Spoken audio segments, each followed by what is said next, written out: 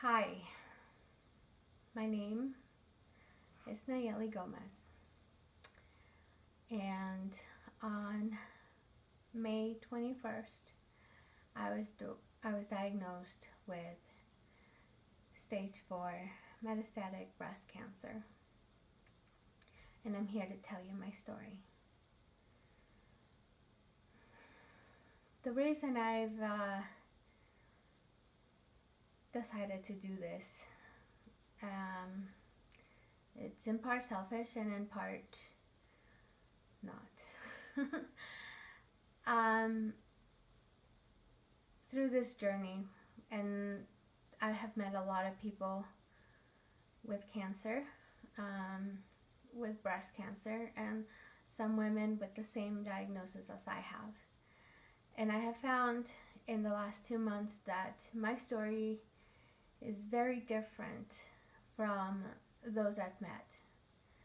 And I have found little to no resources or similar stories to mine. So I thought I should share my experience through the diagnosis, through the therapy, and also what it's like to find out that you have cancer during a COVID world. It's hard. It's hard. I guess I'll start at the beginning. So a few months ago, during when COVID had already begun, I had found a lump on my chest, right here, just above my right breast. And I went to the doctor in urgent care because I was freaking out and scared. A doctor examined me and said, "You know what? This is probably just a fibrous cyst. Put warm compresses. If it doesn't go away in 2 weeks, come back. And see your primary care physician," which at the time I didn't have one. You know, we're young. We hardly ever go to the doctor for anything. So nevertheless, I did as I was told. I went home and put warm compresses on pretty much every day, and nothing. So finally, I went back to urgent care, a different one. This one was IHC, and they told me, "You know what? It probably is a fibrocyst, but we can't do an ultrasound here or a mammogram. You need to go to your primary care to get a mammogram ordered." I'm like, "Well, okay, I guess." So then I started my search for a primary care physician, preferably an OBGYN, because at this stage in my life, I was hoping that my primary care physician could be an OB, so that I could, when I was ready to have kids, just have one relationship, with a doctor. And so I went. I found one after a lot of research. I found one, and she was really close to home. It was great. She was kind and very understanding. And she said, "You know what?" She felt around, couldn't find any lymph nodes, I guess, near the lump. So she said the same thing. She's like, "You know what? Let's not get scared. I also think that this could be a cyst. However, let's schedule a mammogram right away." And I told her, I'm like, I don't think it's a cyst, because, and then I told her about the previous things. However, I'm 34 years old. No one in my family has ever had history of any cancer. Not just breast cancer, any cancer. Not my mom, not my grandma, not my aunts and uncles, not my dad. No one in my immediate family has ever had cancer. Even my extended family, no one, at least that I knew at that point, had ever had cancer. So this was all new to us. According to statistics, this lump should have been a cyst. And it wasn't. And something deep inside me told me that it wasn't. And I was scared. But I kept listening to the doctors and allowing them to ease my fright, and I tried not to worry about it. So my doctor was really nice, and she put I think she put it on urgent, as an urgent referral, because I was called that same day by a nurse to schedule my mammogram. And on May 21st, 20th, I think, I went in for, on May 21st, I went in for a mammogram and ultrasound, both in the same day. At the end of both procedures, a doctor came in and told me, this is an cyst. It's something else, and we need to biopsy it. I was then put in a room with a nurse navigator who scheduled I don't know, she's a nurse navigator, just a nurse, but she scheduled a biopsy for the very next day. And the very next day, I went in first thing in the morning for a biopsy of this lump. By the next day, I was called and told that I had breast cancer.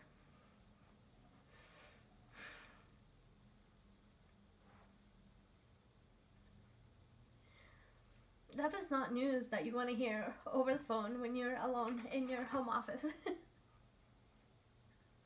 It was hard.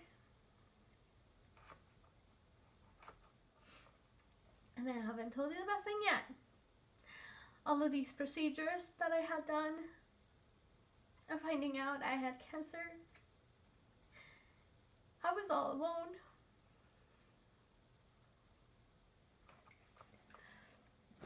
Because of COVID, you weren't allowed at the time to bring visitors with you unless you needed assistance, physical assistance. I didn't need physical assistance. I'm a healthy young woman of 34, maybe a little overweight, but otherwise healthy. I mean, I really don't have any other diagnoses other than heartburn. And that's pretty much it. That's all I've got. I'm always healthy. I exercise, I run, I go on my bike, I belly dance. I'm an otherwise healthy 34-year-old woman. So I had to go to all these procedures by myself.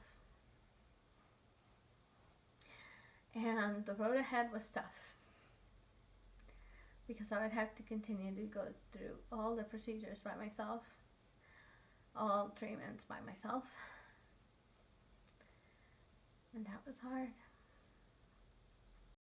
Now and again, they would allow my mom to come with me, or I would be able to kind of sneak her in to go with me to doctor's appointment. I would tell her to say, you know what, when they ask you, just say you have the appointment with oncology. They won't question you. You're older. And then we would meet inside and go to my oncology appointment. Luckily, the doctor was super kind, and he didn't say anything. He understood. I needed her there. It wasn't easy. It's not easy. I didn't know anything. I didn't know anyone. My mom didn't know how to help me. Neither did my dad or my brother. Not even my friends. My best friend. The closest reference she had was, we had a coworker back at a previous job where we worked together, and she also had cancer. That is the only point of reference we had, and yeah, It's not like what I had. And she had, I think she had throat or esophagus, cancer in her esophagus. So very, very different. Different treatment. She was also older. So yeah, not at all. And we never saw her go through treatment. So we don't know. We didn't know.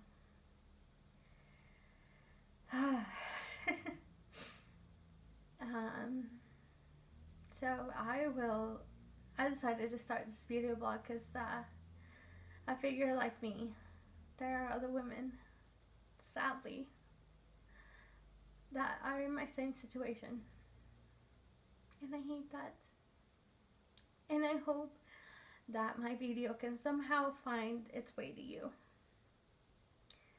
And that you can reach out to me. And that I can help you. Or find you resources that I found that helped me. Or maybe ask in the community. You know, there are a lot of communities for us out there. Sadly, there's just too much cancer in this world.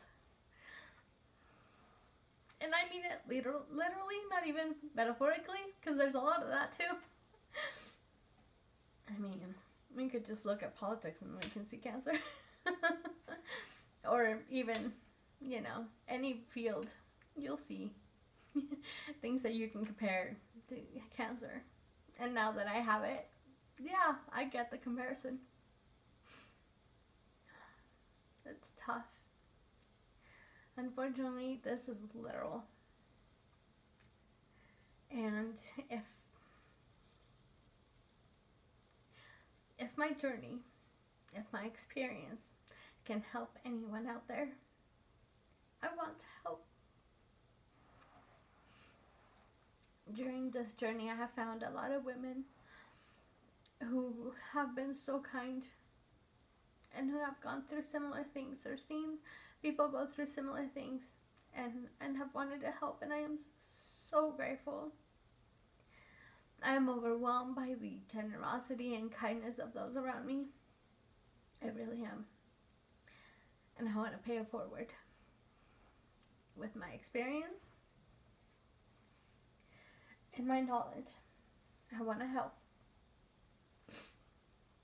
I was really lucky and I found this amazing therapist from the East Coast. I would love to put anyone in contact with her because she's really fantastic. And I went through, I want to say at least 5 counselors before I met her. And I love her. She's great. There's also some groups online that were really helpful because they were, it was a group of people in my same age group with different cancers. So in that sense, that was a little different too. It's like I couldn't find someone with my same diagnosis and my same treatment plan. So it's been a hard comparison. It's been a lot more unknowns, and you'll hear that a lot with people with cancer. Is the unknowns. The unknowns are the worst. They're the hardest thing for sure. But yeah, I want to help. I'm putting myself out there because I want to help. So the selfish reason that I want to put myself out there is because I've started a GoFundMe. In this journey, I've lost a lot, including my job, and I'm finding it hard to navigate through being unemployed and all my bills, all the medical bills, and yeah, just it's hard. So I've started a GoFundMe. It's moving slowly, but it's moving, again, thanks to the generosity of all the people that know me or know someone who know me. And I am so grateful. Unfortunately, it's not enough.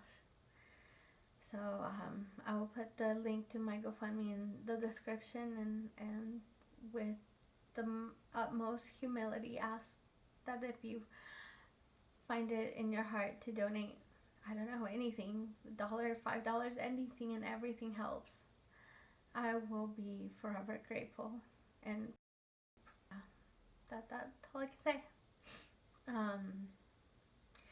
I will also put my email in the description. That's all I have as far as contacting and stuff. But also, please leave a comment, subscribe, hit the like button, and yeah, I will upload more videos and give you more details. Today was mostly an intro and a background, and yeah, we'll go through each step in the different videos.